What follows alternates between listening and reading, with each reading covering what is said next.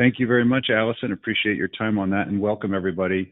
And I also do want to thank Doug for joining us. It'll be great to have some perspective of a real advisor in the field who's using this, and hope you can take some insight from that. So welcome everybody. I wanted to talk about a little bit, set the stage for integrations and what we're seeing in this space. As many of you know, as an advisor for the last 20 years myself, thinking very much about how this technology evolves and how we can actually continue to use it effectively in the field. This is really critical to me. We're not really of the mind at AssetMap that we want to solve everyone's problems. We want to solve the major issues and make it usable. And so what I'm going to share with you actually today is a couple things that I think you need to know. It's interesting as an ex-advisor, being a CEO for the last 5 or 6 years with AssetMap and seeing the Fintech side as a vendor. I want to share with you what I'm seeing in the kind of the current state of integrations out there, because it's really important that you understand what you're getting.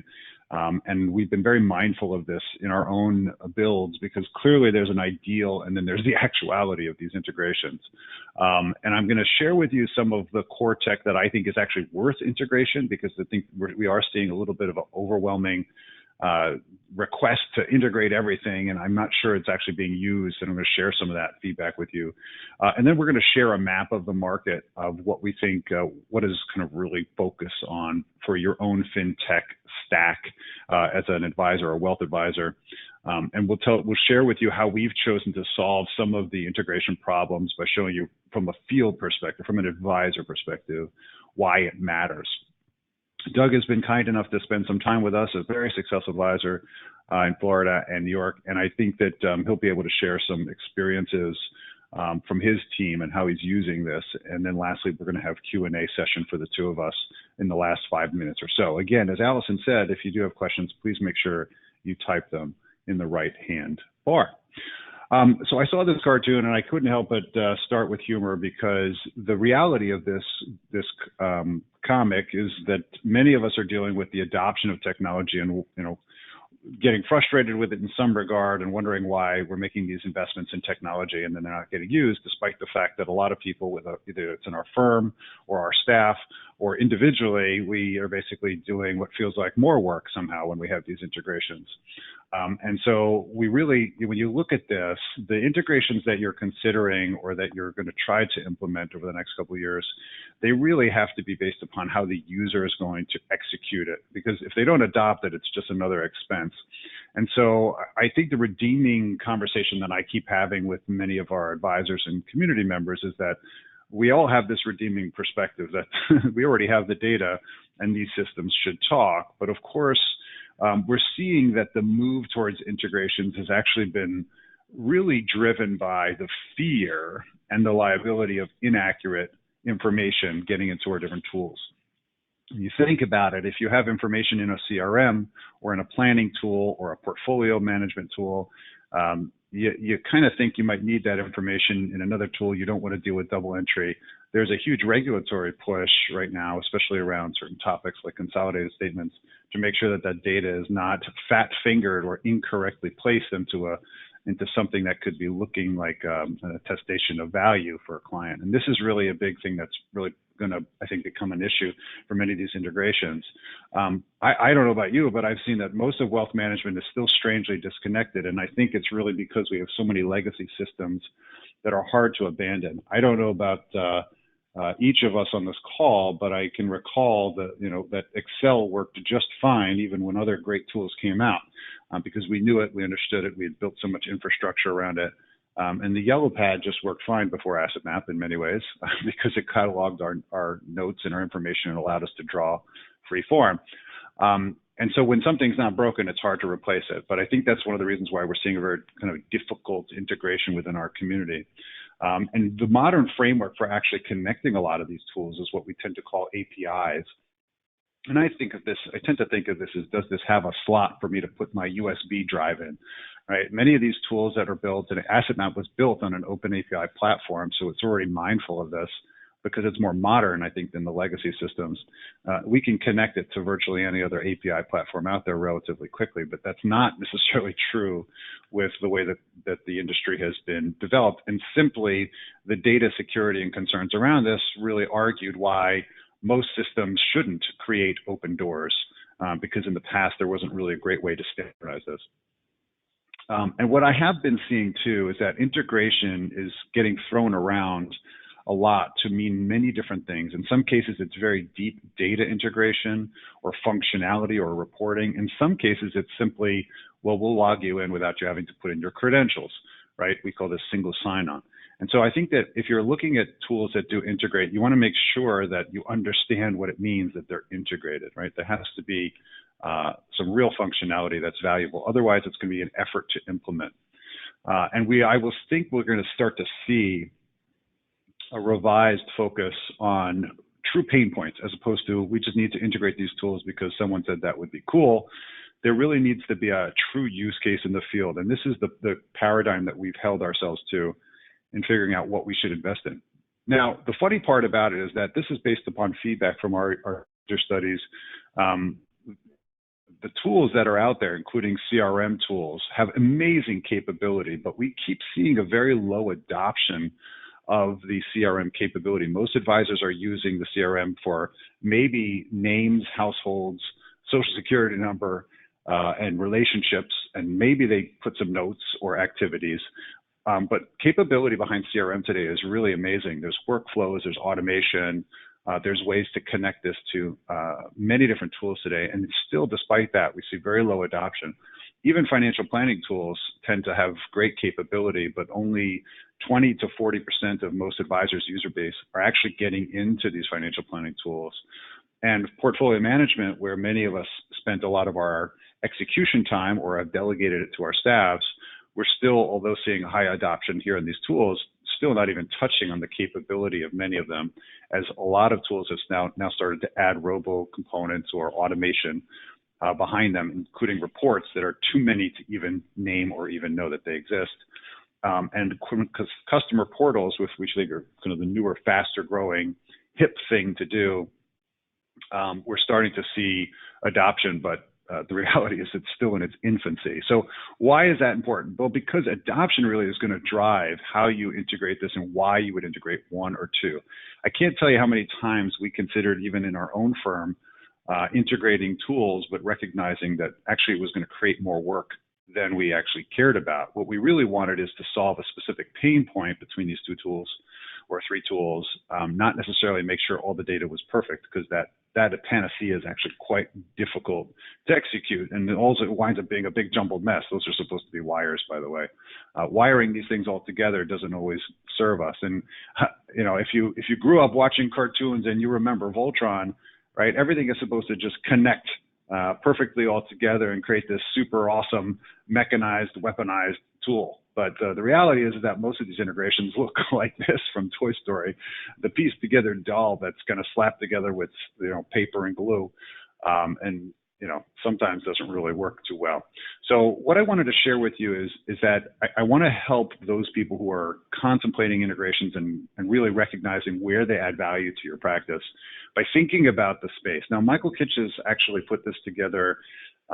He said that effectively the three core components of all advisors' fintech stack are really these dominant players: financial planning, CRM, and portfolio management, typically where we spend most of our time in the technology, obviously sans working with consumers or clients.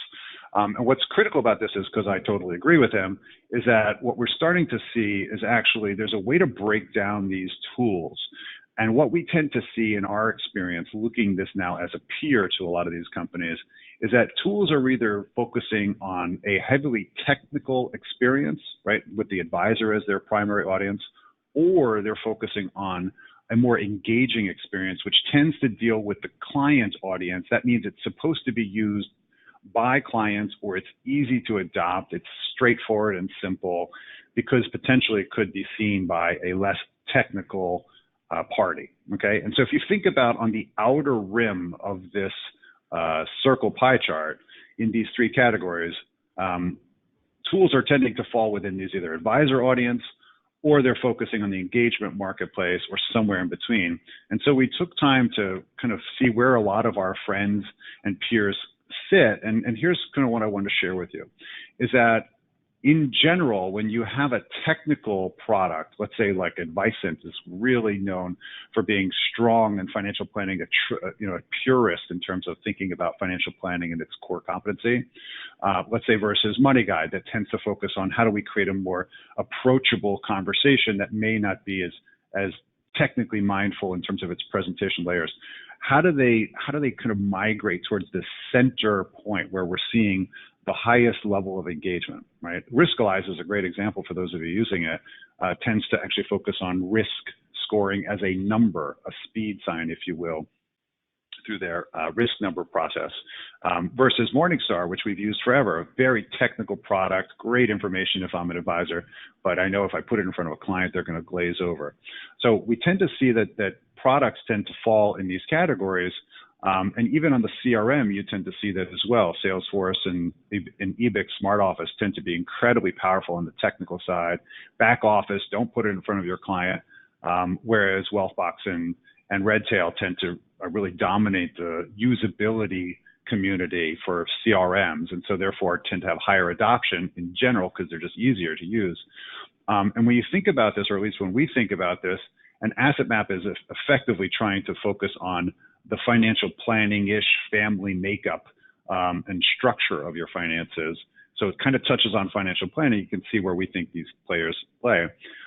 In terms of our own integration partners, we've seen an interesting connection between the desire to stay heavy on the client engagement experience, like Riskalyze and MoneyGuide with Asset Map with Redtail, or a technical product like Orion and Black Diamond or Veo connecting with us because we give them a way to play in this space by taking their major value propositions like performance or holdings or accounts and now making that consumable. So again, the point of the slide is to kind of share with you where we think the marketplace is in products and how each of us is attempting to play within that engagement experience versus technical experience, and to connect the right set of tools so that it meets the advisor's way of delivering brand. So I wanted to share with you how we've tried to solve some of these problems within the existing integrations that we've done, and then share with you TD Veo, which is, for examples like Redtail, many people are using CRM. The core element of a CRM is the people, and it's the households that it makes up. It's the consistent information that we would always find in a CRM, even if they're only using the tool to 10% of its capability.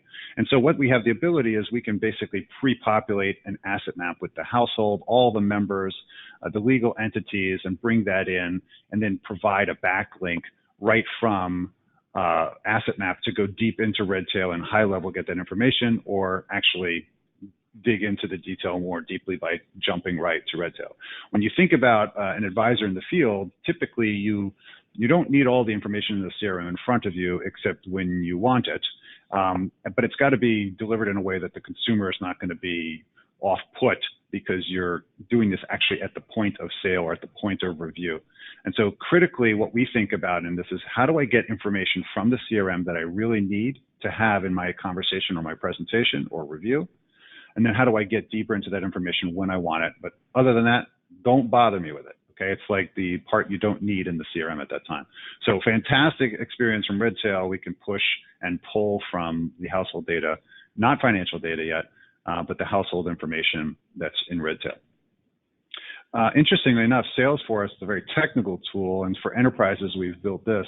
You can do a significant amount of information. So this is kind of to share with you what other firms have thought about, is saying, well, maybe not only if I have this information in Asset Map or Salesforce, perhaps we can create a household from Asset Map or create it back to Salesforce, build relationship groups and try to construct these households of multiple humans and entities, bring the financials, if they actually do exist in a CRM, bring them into Asset Map, and then potentially, what about publishing the report, right? The Asset Map report to the Salesforce household record, so there's an archival value.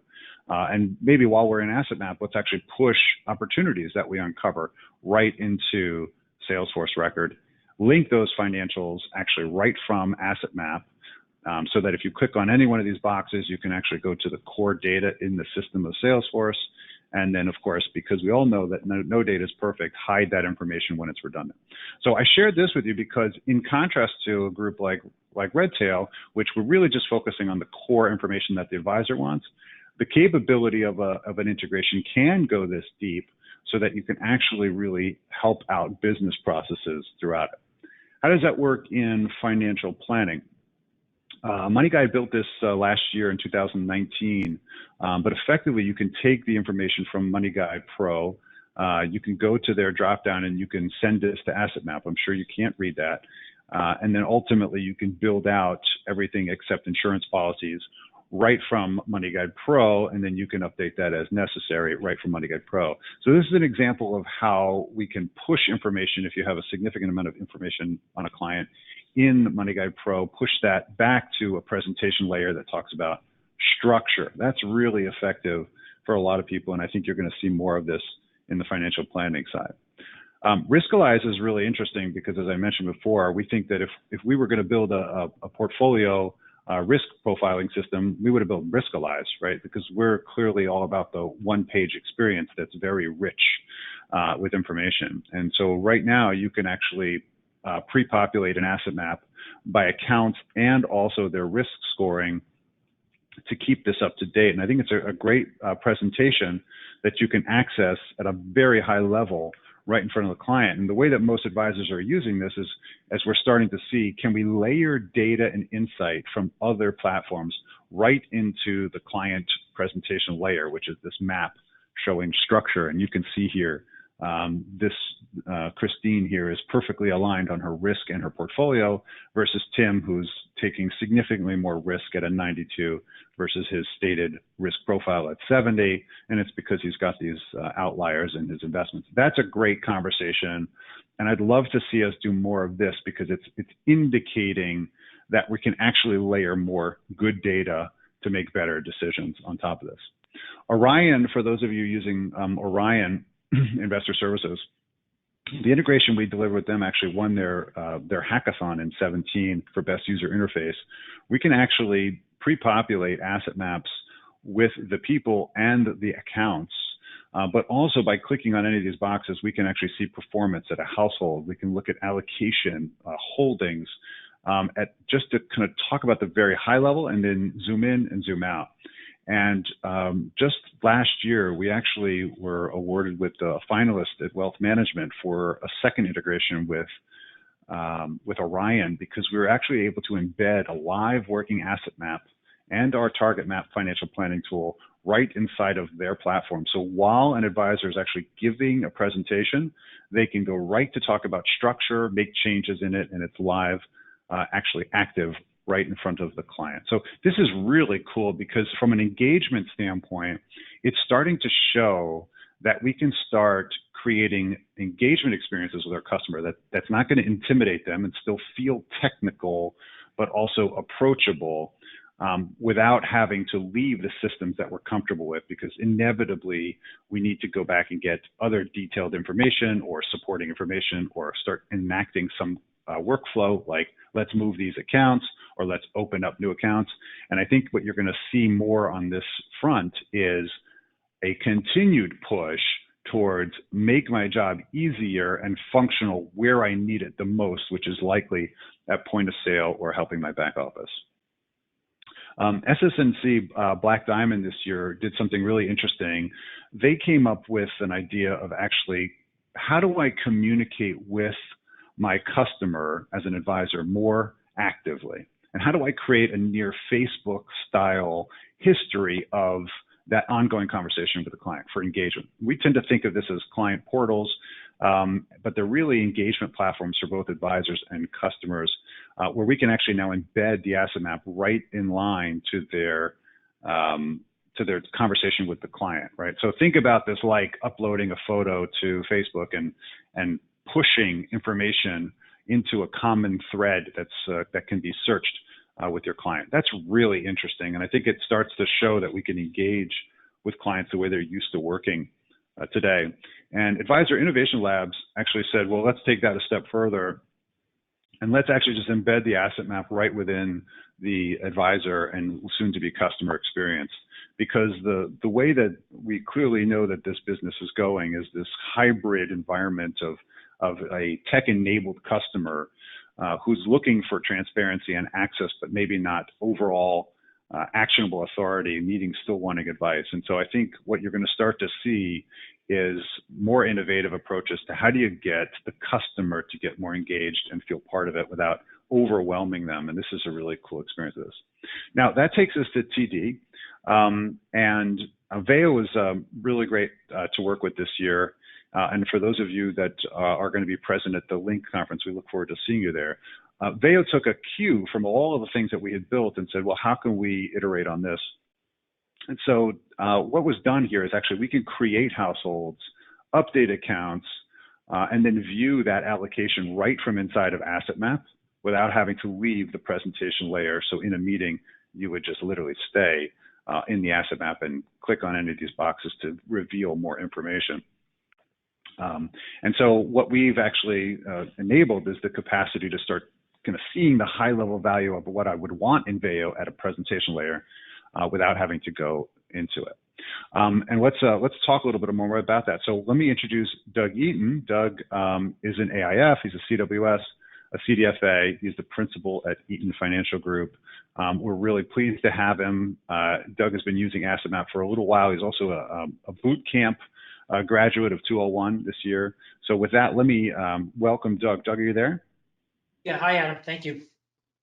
Thanks, Doug, for being here. I do appreciate it. Do me a favor, would you help our community understand a little bit about your practice today? We're an RIA. We manage about $280 million. Let's see, we have offices in Connecticut, Westchester, Pennsylvania, and South Florida. And essentially we're planners. We're planners first, and we're very focused in, especially over the last few years, on aligning the practice with the fiduciary process, and we're very mindful of that, and all of the systems we deploy really start with that in mind. Got it. What was, let me understand, how are you using Asset Map so we can get some context for this discussion before we get to TD? So, the background to the Asset Map was I originally was introduced to it by an advisor who I was friendly with. It's kind of like to me it was an interesting parlor trick. It was, how do you use mind mapping and sort of present the data synopsis. And it took me a while to get along with Asset Map. Just I had a lot of questions as to whether or not it was going to fit, and it was really anything that was relevant. And one of the things that sold me on it was, well, first of all, when I signed on, there wasn't a cash flow component, and I was promised there would be. You guys were great about that and delivered as promised. And you deployed that, and we rolled it out at the boot camp, I believe, and talked about it. Yeah, that's right. And then, the other part of it was the promised integrations. To me, everything's really about, what kind of system that I can, use to coalesce different parts of my process. You have the client acquisition process, you have the formalization process, where you're vetting the data and writing your investment policy statement. You have, every part of the fiduciary process. And then of course, the review process. So what I really found great about the Asset Map is that I was able to scale all of these things, and get rid of some other software applications. Also knowing that it was very user friendly. So that was a win for us. That's great. So when the TD integration became available, how did you see that you were going to use that? What was the kind of big, I think, appeal for that for you? Because you've been around in the business, you've seen different technologies integrate with different things, and maybe they met your expectation or not. But kind of share with us that, if you wouldn't mind. Yeah, that's a great question. So, one of the absolute biggest parts of our practice is the review process. We don't do a lot of marketing, for many, many, many years now, we grow organically, and I'm convinced it's because of the review process. So that's a very significant part of our client touch. And, as you can imagine, when you're getting ready for a review, you got to get the most current data. And, we were on e-money for a very long time. But, e-money is old school. It's not that, from a client-facing standpoint, it's not that easy to look at, which is one of the huge appeals of Asset Map. And, understanding that we could integrate and easily feed, our advisory account values into this was a great way for us to start to deploy this for the client review. Got it. So then it sounds like you're basically pre-populating the asset map, or at least updating it from TD values at this point. Are you also linked to any other tools within asset map? Yeah, not for this particular client, because we're just getting online and comfortable with Riskalyze. So we want to make sure we're proficient with it before we start linking it. But we use Orion. Orion now has the capability to link outside accounts, which we like. So if we're, there's direct business somewhere, Orion's great. And then, we've played around with Redtail. It's got limited appeal because, not everything feeds into, the way we use Redtail is different than a lot of people. We don't feed all of our data there. So, I think at this point, depending on the client and depending on, how comfortable we get with Riskalyze, we will probably make a decision client by client, whether we will link through Orion, TD, or Riskalyze. Got it.